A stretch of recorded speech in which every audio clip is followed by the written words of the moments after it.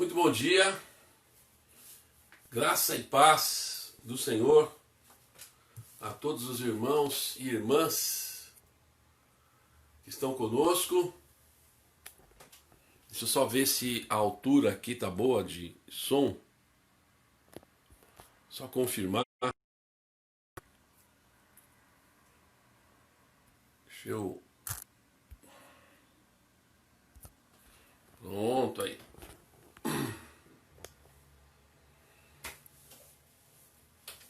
Então, muito bom dia.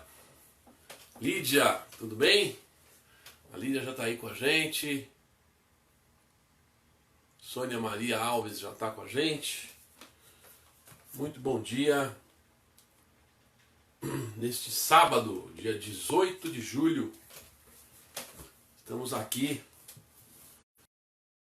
pela graça de Deus, pela misericórdia do Senhor, caminhando juntos.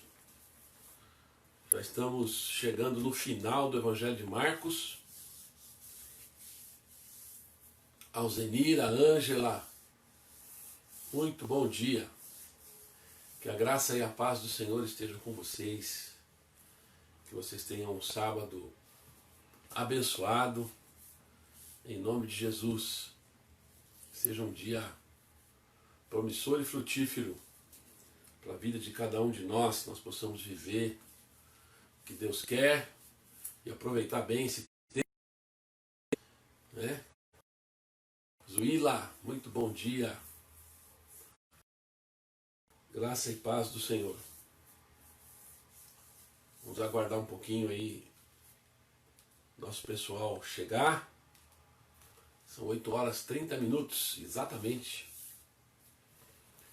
Nós estamos aqui pela graça, pela bondade do Senhor. Ontem fez um frio muito forte, hoje amanheceu um sol e já um tempo mais quente. Estamos aqui, com frio, com calor. Juraci, muito bom dia, com sol, com chuva, seja o que for, estamos aqui, né? Deus tem nos guardado, nos sustentado, estamos juntos aqui. Deus abençoe, em nome de Jesus. Thelma com a gente também, graças a Deus pela companhia dos irmãos e irmãs, muito obrigado pela sua companhia nessa manhã, e tem sido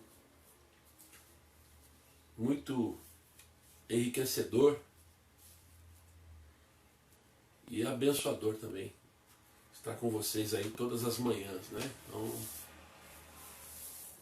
convido você a abrir a sua Bíblia em Marcos capítulo 15. Nós vamos ler hoje o verso 33 ao 41. É o momento exato da morte de Jesus. Jesus está na cruz.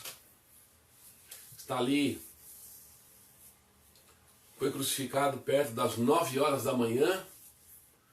Ele vai ficar até 3h da tarde. Jesus fica 6 horas na cruz. Wanda! Muito bom dia, Wanda. Paulinho. Muito bom dia. Bom, vamos orar, vamos ter um momento de oração, como nós sempre fazemos. Agradecer a Deus pelo dia que Ele nos dá. Então vamos orar. Senhor, queremos agradecer mais uma vez o grande privilégio, ó Deus, que é estarmos juntos para o estudo da palavra, para a meditação na palavra. Esse momento de reflexão, de meditação, que cada um de nós, no começo do dia, buscamos, ó Deus, uma palavra do Senhor para a nossa vida, para o nosso coração. E que seja isso, Senhor, nessa manhã. Uma palavra Tua que venha abençoar, venha de encontro à vida de cada pessoa, de cada um de nós. Que nos enriqueça, que nos alimente, que possa nos orientar para o dia de hoje.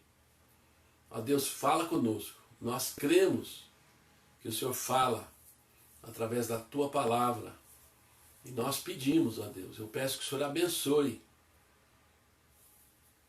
cada um dos irmãos e irmãs. Em nome de Jesus. Amém. Amém. Bom, vamos lá, Marcos capítulo 15, verso 33 ao 41, que é o relato, segundo o evangelista, da morte de Jesus. Daniel da Célia. Daniel, Célia, Dani, muito bom dia para vocês. Muito bom ter vocês com a gente.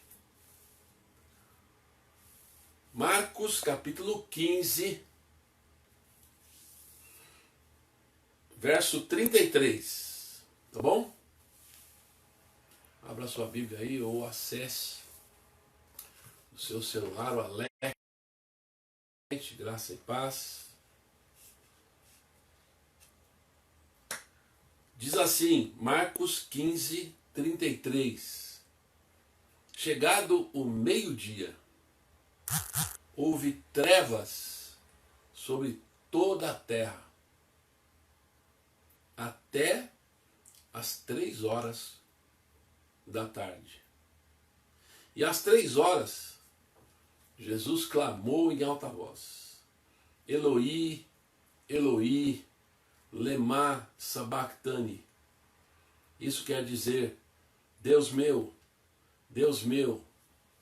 por que me desamparaste? E alguns dos que estavam ali, ouvindo isto, diziam: vejam, ele chama por Elias. E um deles correu para embeber uma esponja em vinagre e, colocando-a na ponta de um caniço, deu-lhe de beber, dizendo: esperem, vejamos se Elias vem tirá-lo. Mas Jesus, dando um forte grito, expirou. E o véu do santuário se rasgou em 2 partes, de alto a baixo. O centurião que estava em frente de Jesus disse: verdadeiramente este homem era filho de Deus. Estavam ali algumas mulheres observando de longe. Entre elas estavam Maria Madalena, Maria mãe de Tiago menor e de José, e ainda Salomé. Quando Jesus estava na Galileia, essas mulheres o acompanhavam e serviam. E além destas, havia muitas outras que tinham ido com ele para Jerusalém. Maria, muito bom dia, Maria. Isaías. Momento final, né? Derradeiro da crucificação de Jesus. Também narrado nos outros 3 evangelhos. Aqui os evangelhos convergem, né? Cada evangelista tem a sua perspectiva, mas aqui eles convergem. Eles vêm para o mesmo momento, embora cada narrativa tenha a sua ênfase. Mateus apresenta uma narrativa muito parecida, mas ele acrescenta que quando Jesus é crucificado,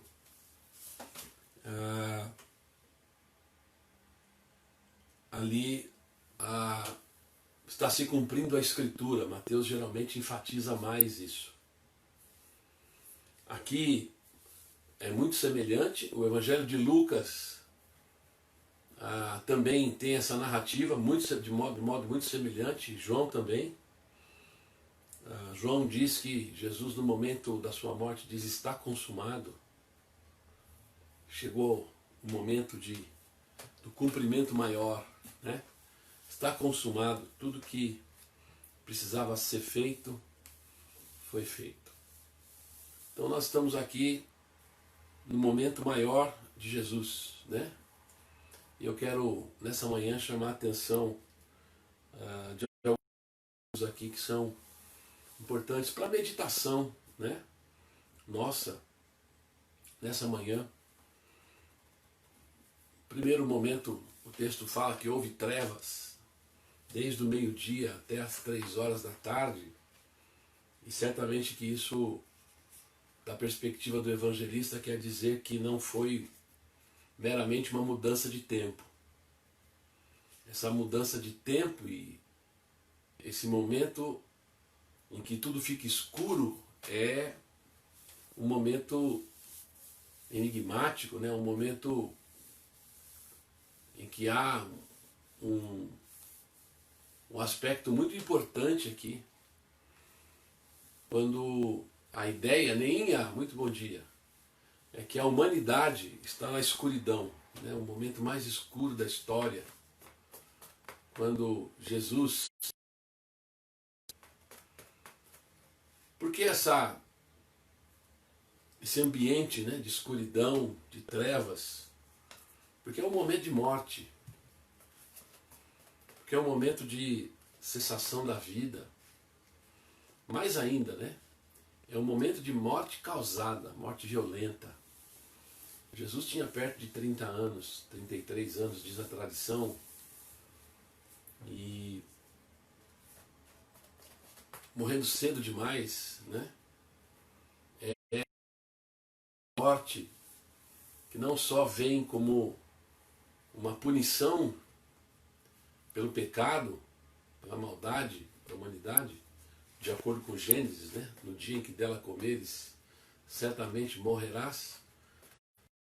Vem prematura, vem antes da hora, por execução. E ainda vem por injustiça, né? Uma morte que, da perspectiva da justiça, não deveria acontecer. Você executado e perdendo a sua vida inocente. Tudo isso, na verdade, está englobado nessa ideia da escuridão. Tudo fica escuro, porque se perde a referência. A vida vai embora, a vida vai embora de uma forma prematura e violenta, a vida vai embora de uma maneira injusta. Isso, na verdade, retrata, né? Paulo Silva, muito bom dia. A Neinha também está com a gente, já mencionei. Bom dia. É um momento escuro, né? Um momento mais escuro da humanidade por causa disso. Por outro lado, a morte de Jesus, da perspectiva dos evangelistas, especialmente do Novo Testamento, ela tem um valor de redenção, ela tem um valor de salvação.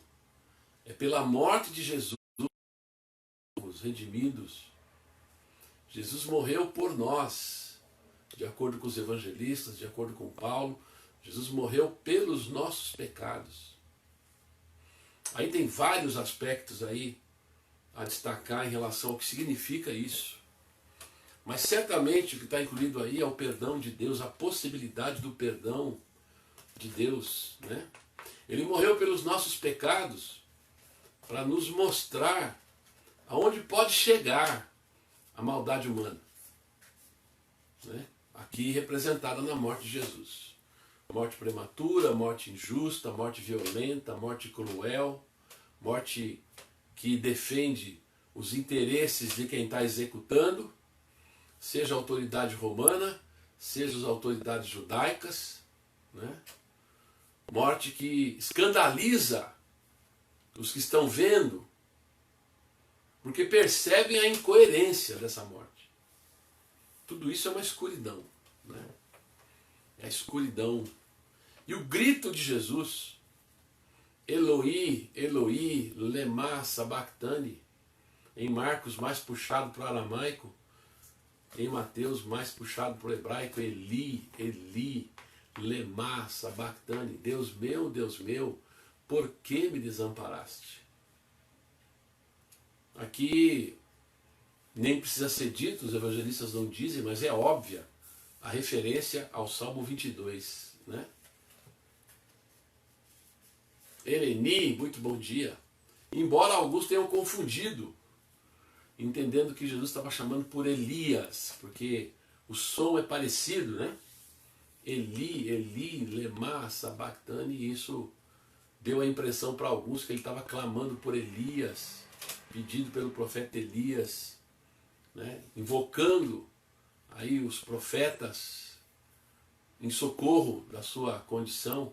É um grito de desespero, e aqui, gente, a gente não deve diminuir em nada o horror desse momento. Nós não podemos aqui desumanizar Jesus, tá? Não podemos.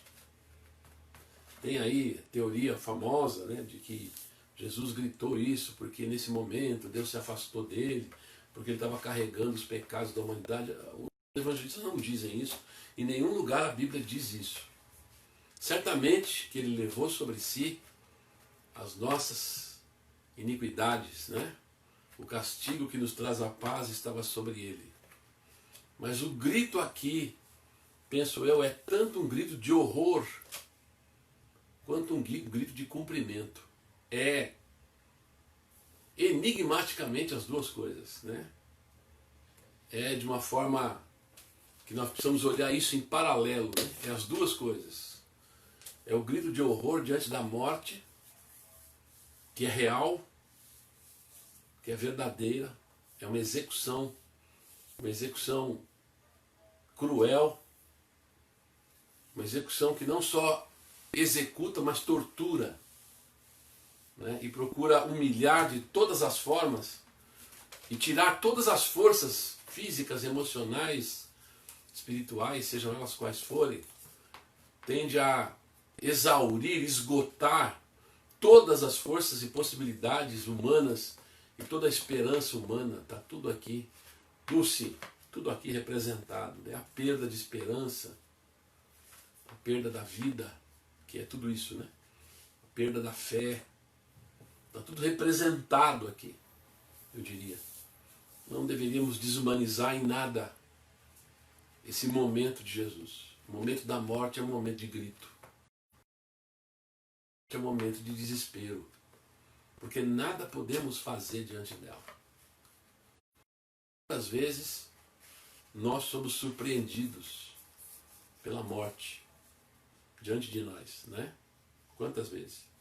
Mas aí vem o Salmo 23 e nos diz: ainda que eu ande pelo vale da sombra da morte, não temerei mal algum, porque tu estás comigo. É a afirmação contraditória contra o horror da morte. Ainda que eu ande pelo vale da sombra da morte, não temerei mal algum, porque tu estás comigo. Jesus solta esse grito como um grito de horror diante da morte, que é sério, né? Que é horrível, que é horrenda, mas ao mesmo tempo é um grito de cumprimento. Sofia, muito bom dia. Porque não por acaso Jesus cita o início do Salmo 22, que é um salmo de lamento de Davi, né? Aliás, o Salmo 22 está muito presente aqui, nessa narrativa da morte de Jesus, da crucificação de Jesus. Há vários detalhes do Salmo 22 lembrados aqui como um momento de horror, como um momento de desprezo, como um momento escuro, um momento difícil, né? Então isso para nós é uma grande lição, né? Por um lado, se você tem horror diante da morte, isso é normal. Isso também, até nisso Jesus se identificou conosco. Ou nós precisamos nos identificar com Jesus, né? Com esse grito diante da morte, com esse horror diante da morte.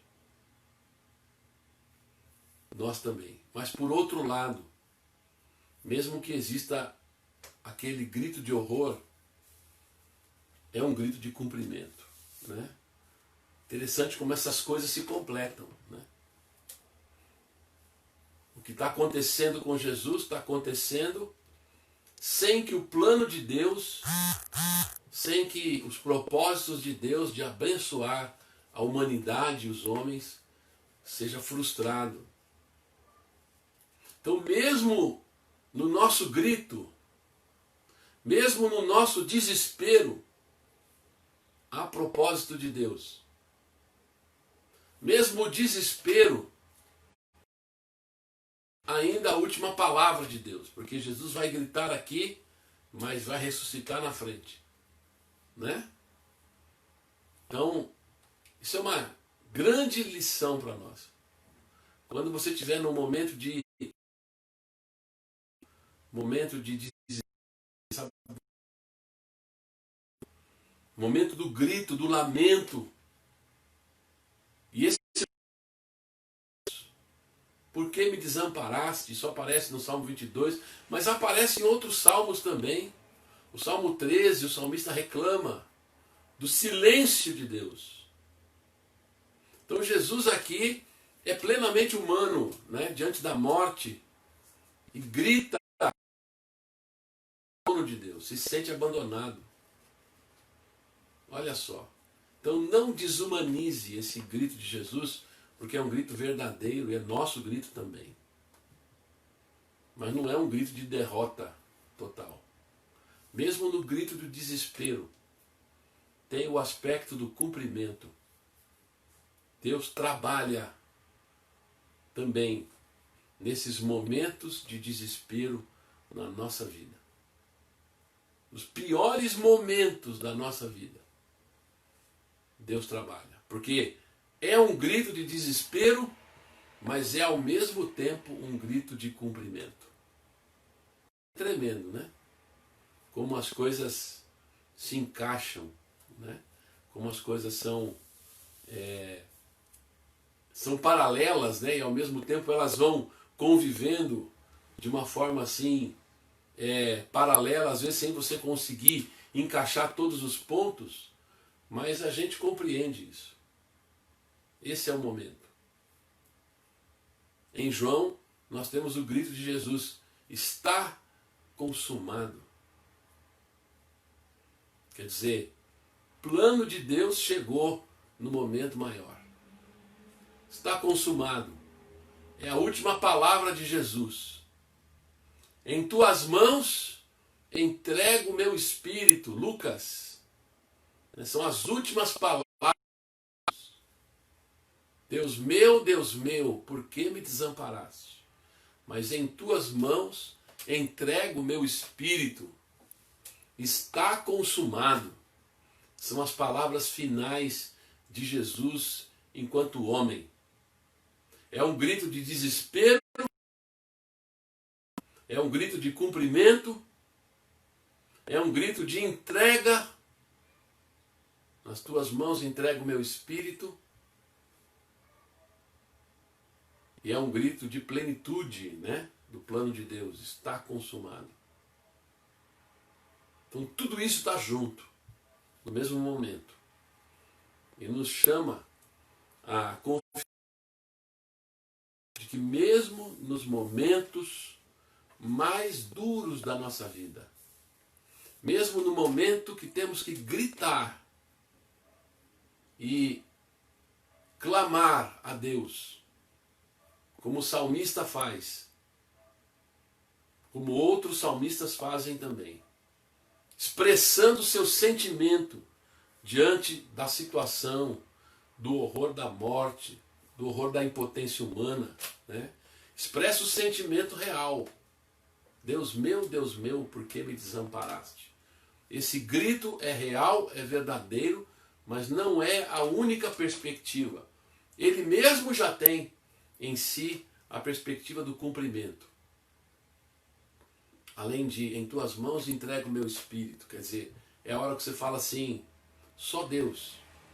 Está nas mãos de Deus, eu não posso fazer mais nada. E a gente entrega mesmo, porque na verdade a gente tem o costume de falar, né? Está nas mãos de Deus.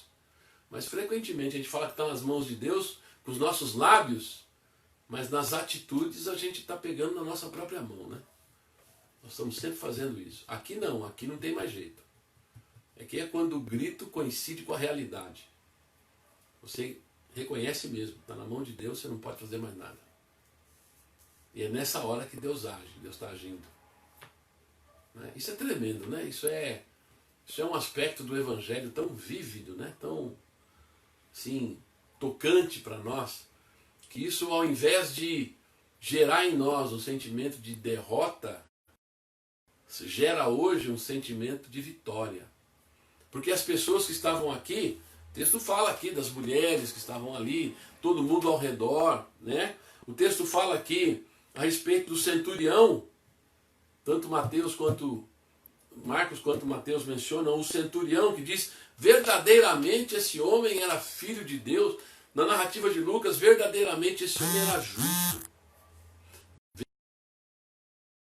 Filho de Deus. O reconhecimento, né, do que está acontecendo ali. É a percepção da realidade acontecendo ali.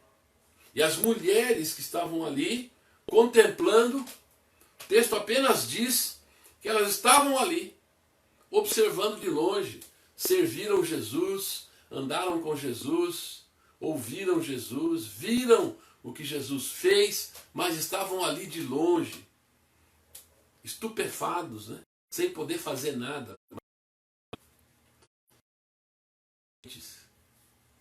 Estavam ali na expectativa, né? Interessante que o texto apenas relata que elas estavam ali. Não podia se fazer nada. Só que elas não recuaram. Não recuo. Eu estou aqui. Né? Não me faço ausente porque não posso fazer nada. Não posso fazer nada, mas estou presente.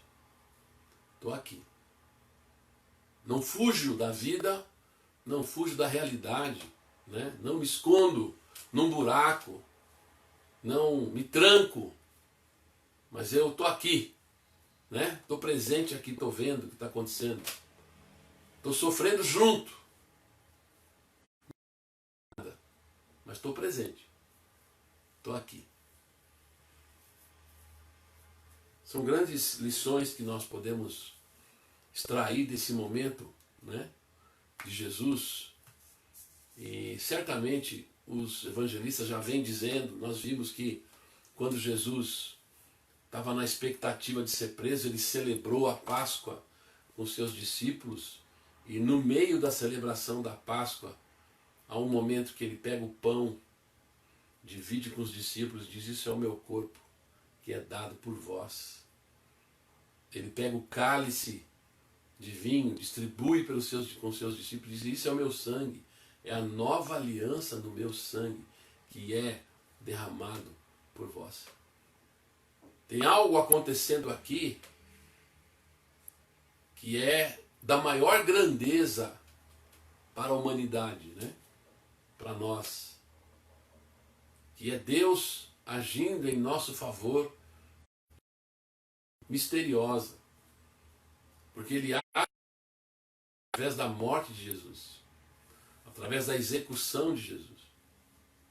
E aqui abre-se a porta, né, do perdão, a porta do acesso à presença de Deus. O texto fala aqui, não por acaso, que o véu do templo se rasgou de alto a baixo. Os evangelistas mencionam isso, né?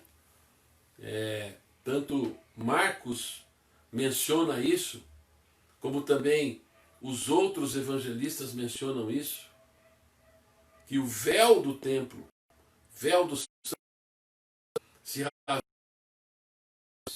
de alto a baixo. O que isso quer dizer?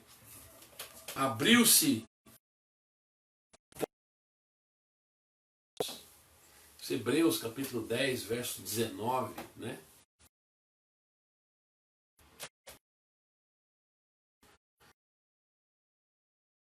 através do seu corpo, da sua morte, do seu sacrifício, que está lá na carta aos Hebreus. Então você não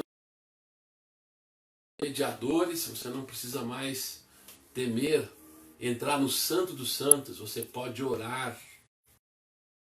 Deus, em nome de Jesus, não precisa mais da mediação de outros sacrifícios, que é o que acontecia na lei de Moisés, né? Aquele sacrifício contínuo, diário, sendo feito, e o Santo dos Santos, que era acessado somente uma vez por ano, e somente por um homem, o sumo sacerdote, no dia do perdão, e ele não fazia isso sem primeiro fazer um sacrifício por si mesmo e pelo povo, só uma vez por ano, representando a distância da presença de Deus. Agora o santuário está aberto, não precisa mais fazer sacrifício, não é mais necessário o sacrifício de animais. O único sacrifício, segundo Hebreus, o único sacrifício válido, né? Porque Hebreus 10,4 diz que sangue de bodes e de touros não. Travou um pouquinho aí, mas já estamos retornando, tá bom? Se tiverem dificuldade, me falem. Já estamos encerrando aqui a nossa palavra dessa manhã, mas deu uma travadinha, mas estamos retornando. Por favor, me digam se está normal a sua recepção aí, tá bom? Mas voltando aqui, né? O véu do templo está rasgado, o acesso a Deus está garantido. Você pode falar com Deus em nome de Jesus e a sua oração é ouvida, né? Agora compreendemos, agora entendemos melhor, agora estamos no tempo da plenitude. O véu do templo foi rasgado. A morte de Jesus foi um sacrifício que abriu o caminho, escancarou o caminho para a presença de Deus. Coisa tremenda, né? Aqui. Lições tremendas para nós. Quem sabe você está vivendo um momento de horror, já viveu, né? Esses momentos marcam a nossa vida. Essa é a hora da gente lembrar que, ainda que exista o desespero, o sentimento de vazio, de horror, ainda assim, no meio de tudo isso, Deus está agindo. Deus está agindo, creia nisso. A morte de Jesus nos mostra isso. Mesmo num momento de maior sentimento de vazio e de derrota, Deus se faz presente. Deus está agindo na nossa vida, na vida de cada pessoa. O grito de desespero é também o grito do cumprimento. Então Jesus também passou por isso. Nós já vimos Jesus no Getsemane dizendo: Pai, passa de mim esse cálice, orando com angústia. E mais uma vez eu digo, não deveríamos desumanizar em nada essa angústia de Jesus, esse grito de Jesus, porque aqui nós nos identificamos com Ele. Nós também estamos sujeitos a momentos de grito e de angústia. Então lembre-se disso. Mesmo nos momentos mais escuros, Deus está presente. O grito de abandono, ele sai da alma, ele é verdadeiro. Ele é até necessário. Mas ele é também um grito de cumprimento.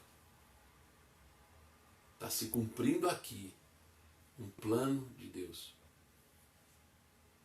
Está se cumprindo aqui um propósito de Deus que, embora no momento pareça muito ruim, é um plano de redenção, de salvação, de bênção para toda a humanidade.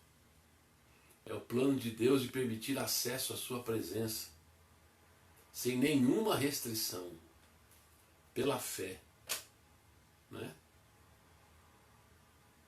Também é um momento da consciência. Quem somos nós nesse momento? Né? Alguns, diz o evangelista, outro evangelista, batiam no peito, né?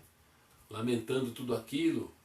Ao mesmo tempo que aprovavam, estavam lamentando, mas tinham aqueles dizendo, como o centurião, esse era um homem justo. Alguma coisa está errada em tudo isso aí. Né? Você vê todo aquele cenário, aquele espetáculo horrendo e sente alguma coisa está muito errada em tudo isso. É o espetáculo que escancara, que mostra a realidade da humanidade. Né? Tem alguma coisa muito errada.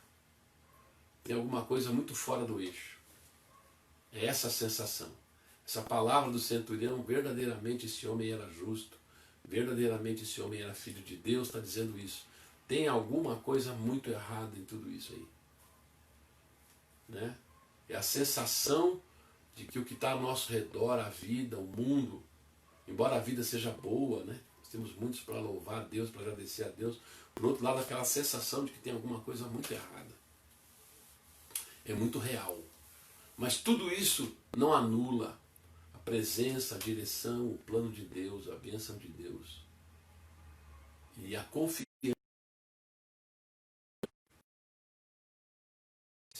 Não podiam fazer nada, arredaram dali, estavam ali, ao redor, estavam por ali.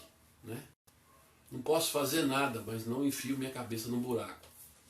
Estou aqui. Fujo da realidade. Isso é importante.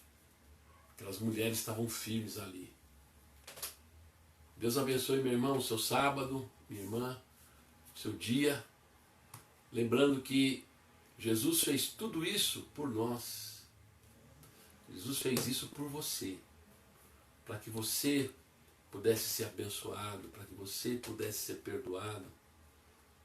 Para mostrar a mim e a você a realidade que às vezes nós temos dificuldade de ver. Que é a nossa realidade humana. Né? A nossa contradição humana. As contradições e incoerências da humanidade. Não é só dos outros, é de todos nós. E temos um coração quebrantado diante disso, aquela sensação de que alguma coisa, né, está aqui, nessa narrativa. E também, por trás disso, uma mensagem que está dizendo não se desespere totalmente, porque se há desespero, também há aqui um vislumbre de que Deus, de alguma forma, está agindo no meio de tudo isso. E o que vem na frente, depois disso, é a vitória, é a bênção de Deus, é a surpresa de Deus na nossa vida. Tudo isso aqui é contado da perspectiva da ressurreição, né? Os evangelistas estão escrevendo, mas Jesus já ressuscitou. Eles contam dessa perspectiva.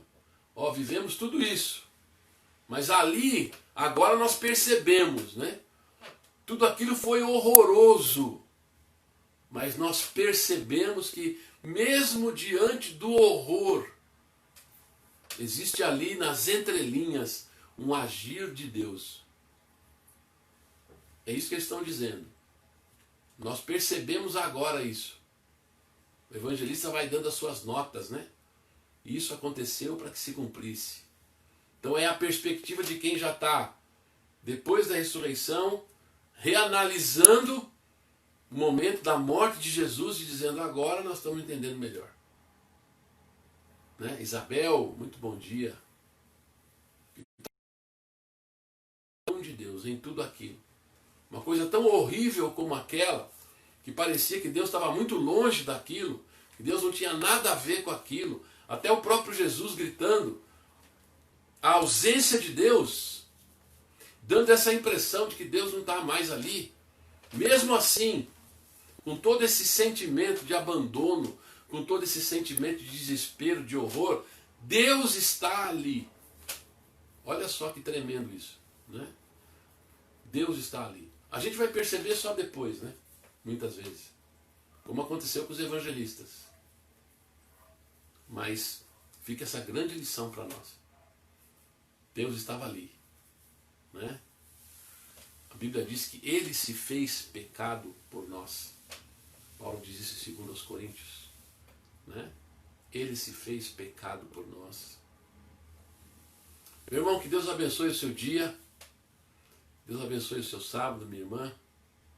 Que nós possamos viver nessa expectativa. Vida. Tudo mostra que parece que Deus se ausentou, Deus fugiu, Deus foi lá. Ainda nesses momentos, Deus está ali. Mesmo no seu grito de desespero, Deus está ali. Na hora a gente não vê, na hora é a hora escura. Né? Do meio-dia às 3 da tarde, escuridão. A hora é terrível. E não há como fugir dessa hora. Mas em passando por ela, o que vem é a vitória. Em nome de Jesus. Deus abençoe sua vida. Deus te fortaleça, te renove a cada dia. Até porque tudo isso aconteceu justamente para que eu e você pudéssemos ter paz.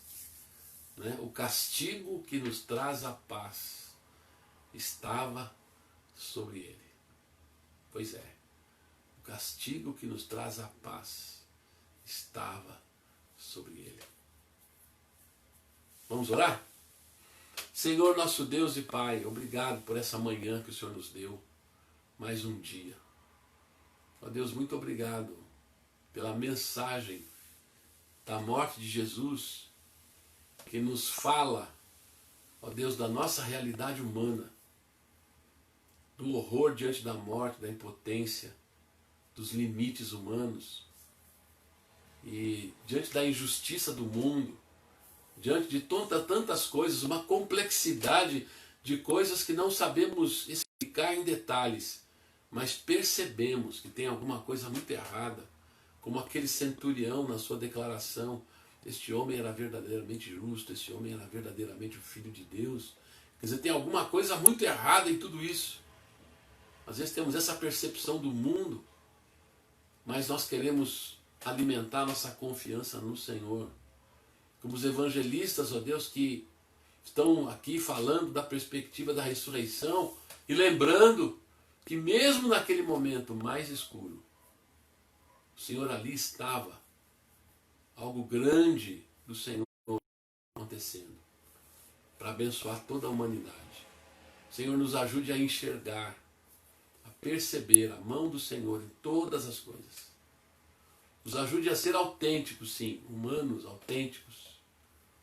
Ó Deus, nos ajude a aprender a estar presente, nos ajude a não fugir da nossa realidade, a viver mesmo a impotência diante das situações. Mas, ó Deus, renova a nossa fé, a nossa confiança no Senhor. Obrigado, porque há perdão, a redenção, a restauração no Evangelho de Jesus Cristo. Oramos e nós agradecemos. Peço que o Senhor abençoe cada pessoa, cada irmão e cada irmã neste sábado, em nome de Jesus. Deus te abençoe, tenha um excelente dia. Nós não temos a EBD com os adultos, livro do profeta Isaías. Amanhã nós vamos estudar o Apocalipse de Isaías, capítulo 24 até 27, tá? Tem Apocalipse em Isaías. E vamos falar o que isso, de que maneira isso afeta, como isso se aplica na nossa vida. Tá?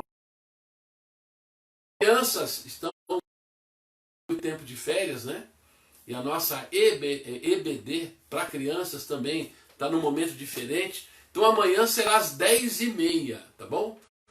Você vai receber aí as orientações de fazer, como trabalhar com as crianças 10h30. Nós teremos esse mês também a ABF. Eu ainda não sei quantas pessoas se inscreveram da nossa igreja. Já pedi para o pessoal do infantil aí. Eles entraram em contato lá, eles ainda não receberam a resposta de quantos são os inscritos. Mas estamos já orando, pedindo a Deus que abençoe esse tempo com as crianças. Se tem a oportunidade, ajude sua filha, seu neto, sua neta. É importante, eu já falei aqui, essas crianças vão se lembrar lá na frente do tempo que elas estudavam a Bíblia via online, porque tinha uma pandemia, e essas lições ficarão certamente no seu coração e na sua alma, tá?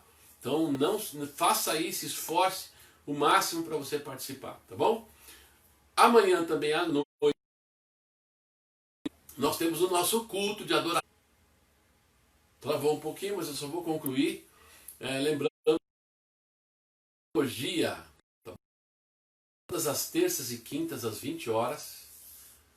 Estamos falando teologia para o que der e vier, do curso. Vivendo hoje a esperança do fim.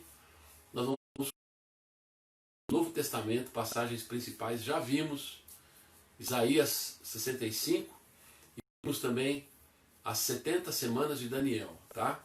Agora vamos falar de Mateus 24 e 25, Marcos 13 e Lucas 21, nessa semana que entra aí, tá bom? Então estamos vendo passagens-chave da escatologia na Bíblia. Vimos o Antigo Testamento, vamos começar a ver no Novo Testamento, vamos ver também a primeira e segunda aos Tessalonicenses, vamos ver segunda de Pedro e vamos ver também do Apocalipse de João alguns aspectos, tá bom? Então esse é o módulo de teologia para esse mês de julho. Deus abençoe a sua vida, tenha um bom sábado, em nome de Jesus.